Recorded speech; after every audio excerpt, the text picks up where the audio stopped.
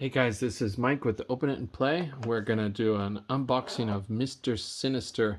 This is the VHS version, not the old version. I think the old version was an X-Men lineup. He wasn't a Build-A-Figure, but he is kind of a big boy, so we're going to take him out of the box now. Okay, he comes in one of these packs. And I did look at him earlier, so I'm just going to make this kind of quick. He does have some problems, so I wanted to go over those with you. Kind of a buyer beware thing. So, as you can see, this Sinister's quite a big boy. There he is next to Jean Grey. They're kind of side by side, and next to Jubilee. But this guy has the cell shading that is the same as the other VHS figures, but it doesn't look too bad on him. I thought I was gonna have to take a lot of stuff off, but I think I'm actually gonna keep most of it because it blends in well with his costume for the most part, in my opinion. But sorry, we got to see the box one more time there. There he is. He's got the opposing side and the little product shot. I'm sorry, this is not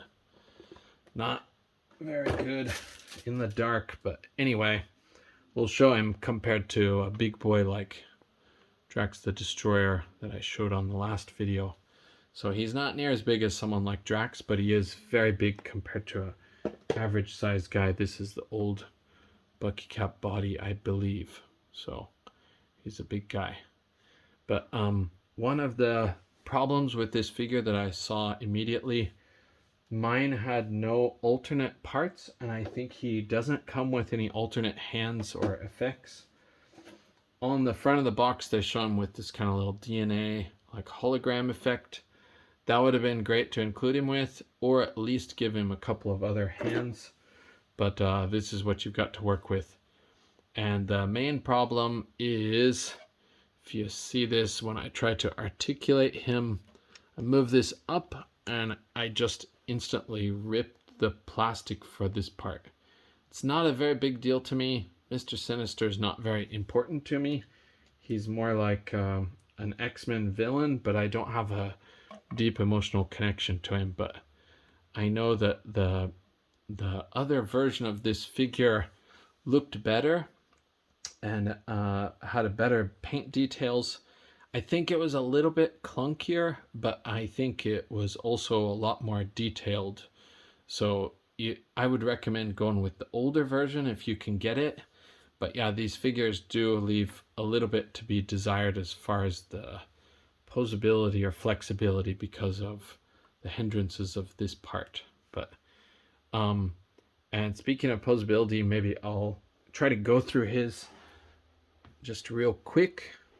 I was thinking about using this body, because this guy's relatively cheap, as a buck to make a custom, more modern version Crimson Dynamo. The one that's kind of sleek and looks more like a modular Iron Man. But I think I'd take off these parts, take off the belt and the little wristband gauntlets things and the parts of the boots. But I think I might be able to try to make a cool looking Crimson Dynamo. He might be a little bigger than Iron Man, but I think it would probably go well with modular Iron Man. But okay, let's look at his posability. So he's got a disc and ball joint head, so he can look down, he can look up like that. Okay, side to side, of course. I think his head is pretty good. He's a bit restricted by this collar, but he's got ball joint shoulders. But like I said, it's ripping apart here. You can see it, so you got to be careful with that. His arms can go up, twist at the bicep, double jointed elbows, pretty good range. Then he's got the usual wrist rotation. These parts don't really limit him, so that's great. They are very flexible. So okay, and then he twists at the waist. He does have an ab crunch. You can go like that. Oh, this is a toughie. You can click back just about that far, so not great going back, but it still looks pretty good. He's kind of like, come on, my dear. But anyway, and then he's got ball jointed hips go out to about here. Forward, not really at all, because they move off to the side. That's kind of bad, but they did a good job with this. They hide the twist here so you can't see it. It's kind of down in there. And then he's got double jointed knees. Don't give you a lot of range, but it's better than nothing, and it looks pretty good. And then he's got the usual ankle bend and a swivel. Oop. So he's okay, but he's also not a great example of what to do when designing a figure. So as far as this goes, I don't think it's removable. I think it's kind of glued in, and it's a really soft rubber.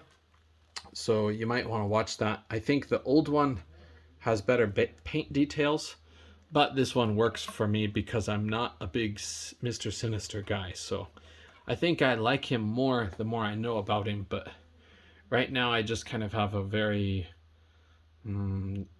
just a little bit of knowledge of his background, so not a very important character for me personally. I know he's really important in X-Men lore, but okay. I think he's responsible for almost all the Jean Grey confusion. So clones and all this and Cable and all kinds of stuff. But okay, so that's Mr. Sinister. His pack is a little bit thick compared to the others. But yeah, if you want him for your villain lineup, this is not a very bad way to get him because it is relatively cheap. So that old figure, I think it costs quite a bit more. It's not super expensive, but it does cost more. So, okay, thanks for joining me for this look, or thanks for joining me on this look at Mr. Sinister, and I'll see you in the next one.